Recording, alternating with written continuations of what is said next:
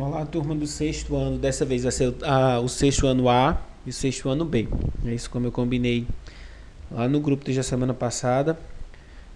Vou ficar enviando para vocês também do sexto ano B, ok? E vamos para essa terceira aula sobre Egito Antigo, ok? A gente já tive a primeira, a segunda e vamos para a terceira. Porque achamos melhor dividir esse assunto, por ser um assunto extenso, e a gente poderia olhar mais detalhadamente, ok?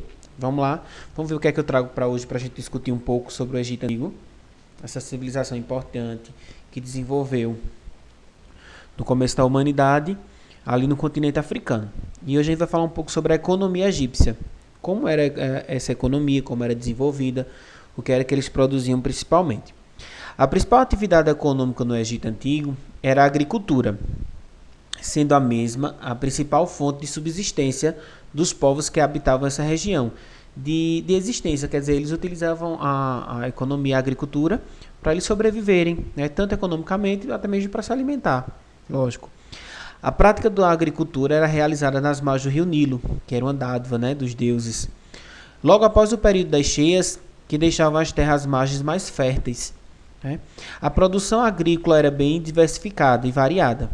Incluía-se uma rica gama de cereais, tais como cevada, trigo e linho, né? Então, depois das enchentes no Nilo, eles deixavam as terras bastante férteis para o plantio e para o desenvolvimento dessa agricultura de antigo.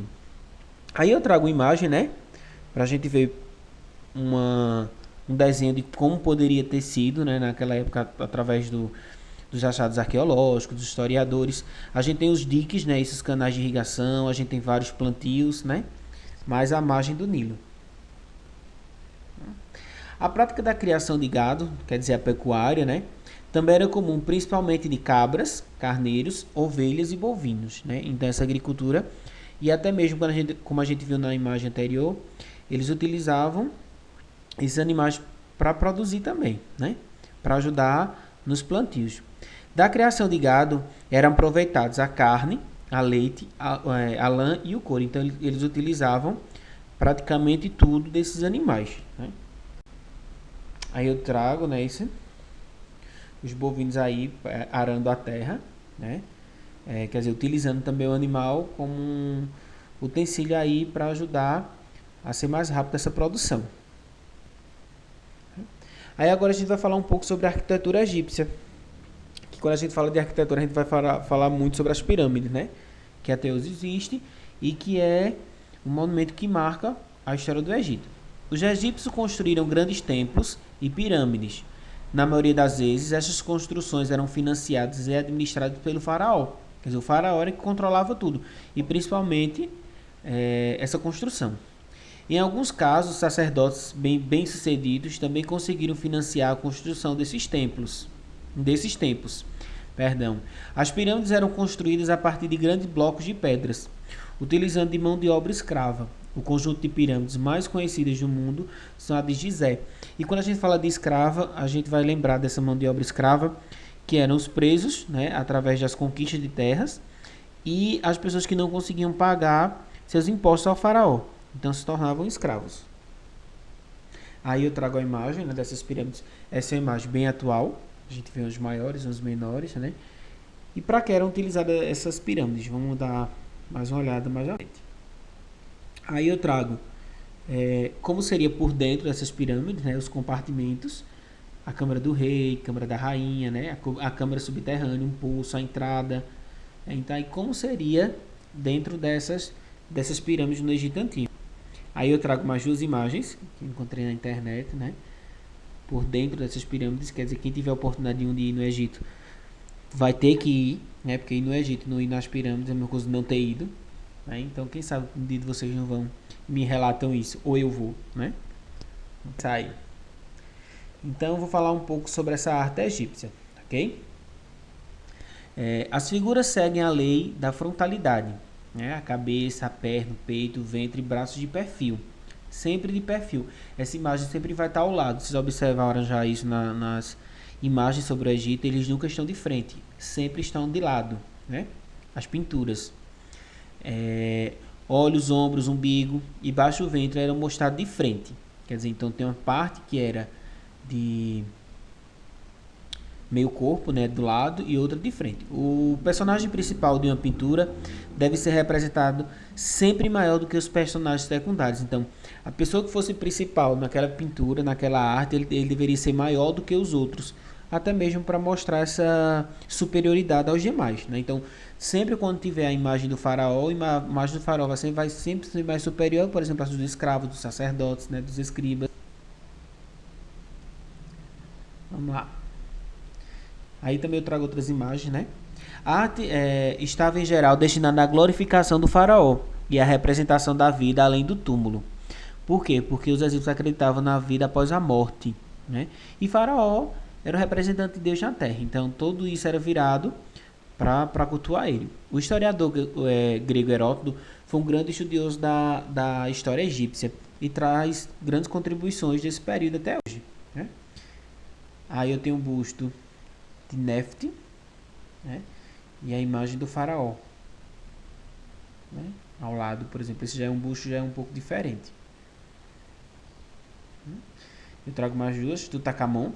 Essa aqui é do sarcófago, né? E Khenfre, né? Foi outro faraó. Como eu falei, eles acreditavam a vida após a morte.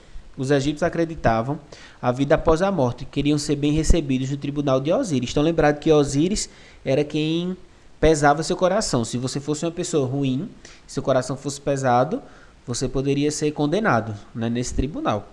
Então, por isso que eles queriam tanto conservar o corpo, né? Eles vão desenvolver as múmias para que quando a gente voltasse, nosso corpo tivesse intacto, para a gente gozar da nossa vida novamente. Aí eu trago para vocês uma técnica de mumificação para conservar os corpos, né? Então eles vão desenvolver com isso a medicina, eles vão desenvolver a química, né? Que até hoje existem múmias em um bom estado, né? Muito bem perfeito aí para a questão da época. Trago mais uma, né? Os passos, né? A gente vê o primeiro, que seria a utilização de alguns elementos químicos, né? Depois a gente vai ter a questão das faixas também comuns e depois o sarcófago. Tá observando? E esse quadro, se vocês estão observando direito, as várias camadas para colocar no sarcófago, ó. Tá observando? Aí tem de Ramsés, ficou lá em cima a imagem, desculpa, né? Os arqueólogos acharam a múmia de Ramsés, o faraó. Né? Aqui tem Ramsés III, né? Quer dizer, vejam o estado que encontra, né? Então, depois de milhares de anos, né? Você encontrar um corpo desse. Então, eles desenvolveram bem a medicina e a química para a época. Aí eu vou ter Tutankhamon. Eu tenho do lado esquerdo o sarcófago dele, estão observando? E do lado direito, onde se colocava em cima do sarcófago, por ser um faraó, né, muito rico. Mais dois sarcófagos eu trago para vocês que eram lindos, belos. Se a gente tivesse nossas aulas presenciais, a gente ia desenvolver miniaturas, né, que seriam bem legais, que ficam para outra oportunidade. E eu vou encerrar essa aula de hoje com um pensamento egípcio, feito eu fiz no outros provérbios, que eu acho bem interessante, que às vezes a gente nem utiliza e não sabe, mas que ele diz assim: aquele que tem casa feita de vidro não pode jogar pedra nas pessoas. Que a gente aprenda a não julgar as pessoas, tá bom? Um abraço, lembrando que sempre qualquer dúvida, qualquer sugestão, sempre manda no privado, colocando nome, ok? E colocando a turma. Um abraço para vocês e até semana que vem. Tchau, tchau.